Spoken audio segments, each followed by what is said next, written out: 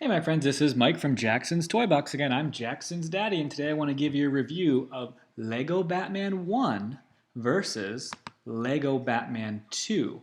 I want to tell you the positives and negatives of each particular game. We have individual videos that are more in depth for each specific game. This is kind of a comparison between the two and what my thoughts are on terms of which game is better and which game we've had the most fun playing. They are both really fun. We've played both of them for hours on end. We totally love them, and I would highly recommend them. If you've not played either of them, you definitely want to do it. But let's give a comparison of each of the games. So first of all, in Lego Batman 1, here's what I love about this particular game is it's got really vibrant colors. Now, of course, we're recorded this in HD, so it's going to look better than the other video that's not HD that I'm going to show you for Lego Batman 2. But the colors are very vibrant, but like in both games, you can play the heroes and the villains, but in Lego Batman 1, you actually have specific missions that are specifically for the villains. There's 15 different missions that are villain missions. In Lego Batman 2, you can play the villains, but really only in free play, and there aren't really missions designed specifically for them.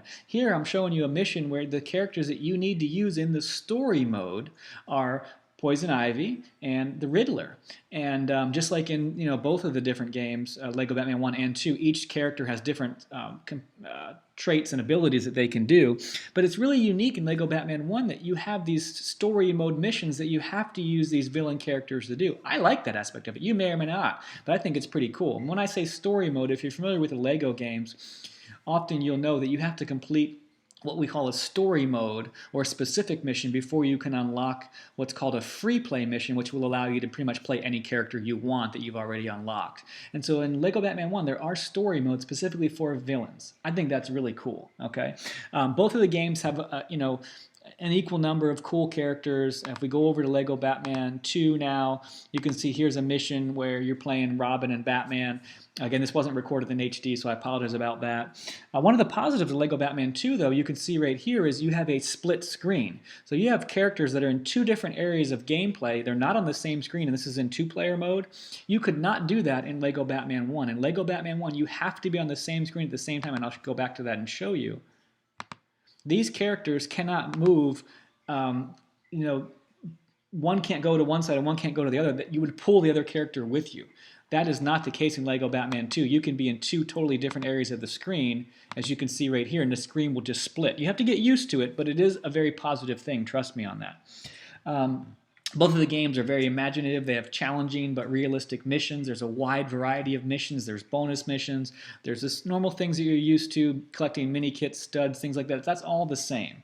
Lego Batman 2 has more characters, I believe, that you can actually unlock and play than Lego Batman 1. Obviously, it's a newer game, and they've built upon some of their success and stuff like that. Missions are a little bit harder, so that could be good or bad, depending on if you have young kids. You got to keep that in mind as well, too. But let me tell you the biggest negative that I think about Lego Batman 2. Let me show it to you. Okay, in Lego Batman 1, you have the Batcave and you have the missions. In Lego Batman 2, you have the Batcave and you have the missions, but you also have this gigantic map, which is Gotham City. And you have to be able to explore this map, and it's not the easiest thing in the world to be able to explore and find your way around. And the bosses themselves, when you battle your bosses, they are located in Lego Batman 2. In order to unlock them and play them, you have to unlock them in Gotham City in Lego Batman 2. Whereas in Lego Batman 1, you would unlock them in the course of playing your missions. Lego Batman 2, you see all those blue lines? Those are little, I forget what they're called, stations that you have to get to. There's a specific name, but I don't quite remember them. You got to get to this station, and then you have to open up the station to locate where the villain is located at. So you have to find the station. You have to go down to the station, and then you have to open up the terminal. I think that's what they're called, terminals.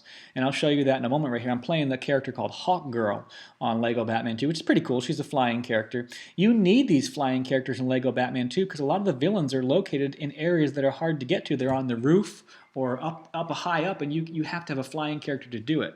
So here we've activated the terminal. It shows us this map. It will show us on the map now where the villain is actually located. So you can see now the Penguin has now appeared on the map, and that's where we're at. That's where the terminal's at. Now we want to show that villain, and it will then show us where he's located. And you have to really pay attention when they show you where the villain is located at. See right here? because that's where you're going to find him now. So he's inside the Arctic world. Now that one's pretty easy, okay? Some of the other villains that they show you are just on top of a miscellaneous building, and if you don't really remember the features of that building, you're not going to be able to find where that villain is located at. It's really, really difficult. So now we're going to go up and we're going to fly up with Hawkgirl. We're going to try to find, now we're on the top of this roof right here. So he's not on the roof, so now we got to actually go inside this location right here.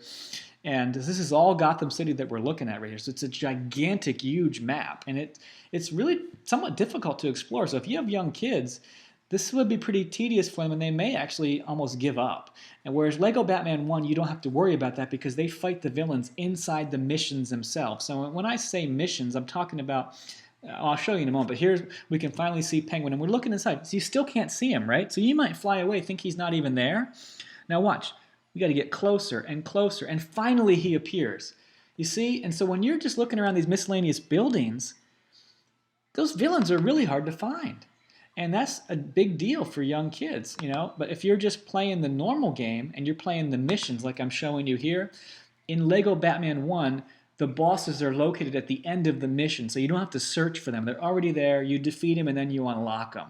Whereas in Lego Batman 2, you can't unlock them until you find them somewhere on the map, and then defeat them and then unlock them. So you want to keep that aware. Obviously, if you use a cheat code, you can unlock them that way, right? But we're talking about the normal way of playing the game. So the bottom line is, which game is better? Which game is more fun? Well, it just kind of depends on what you're looking for. If you want a relatively, I don't want to say a simple game, but just a really fun game where you don't have to do a lot of extra work to find the villains because they're already in the missions, then you want to go with Lego Batman 1, especially if you have younger kids. If you want to go with... sorry about the phone there. If you want to go with a mission where they're a little bit more complicated and you have this whole other world to explore on the map that I was showing you, go back to find the map right there, this Gotham City map, which adds a whole extra wrinkle right there, then you want to go with Lego Batman 2. Hopefully you'll just do both of them, and then you'll really find that you enjoy it that way. So that's my recommendation for you. Both of them have a good price on Amazon right now. What, about 15 bucks for Lego Batman 2 and 15 for Lego Batman 1. Again, if you have young kids, I'd go with Lego Batman 1, or if you're not familiar with Lego games, go with Lego Batman 1 first. If you want to spend more time on the game and really be much more involved in it because of the different Gotham City map, then go with Lego Batman 2, but you can't go wrong with either of them. Thanks for watching. We'd love to know what your thoughts are. Have a great day.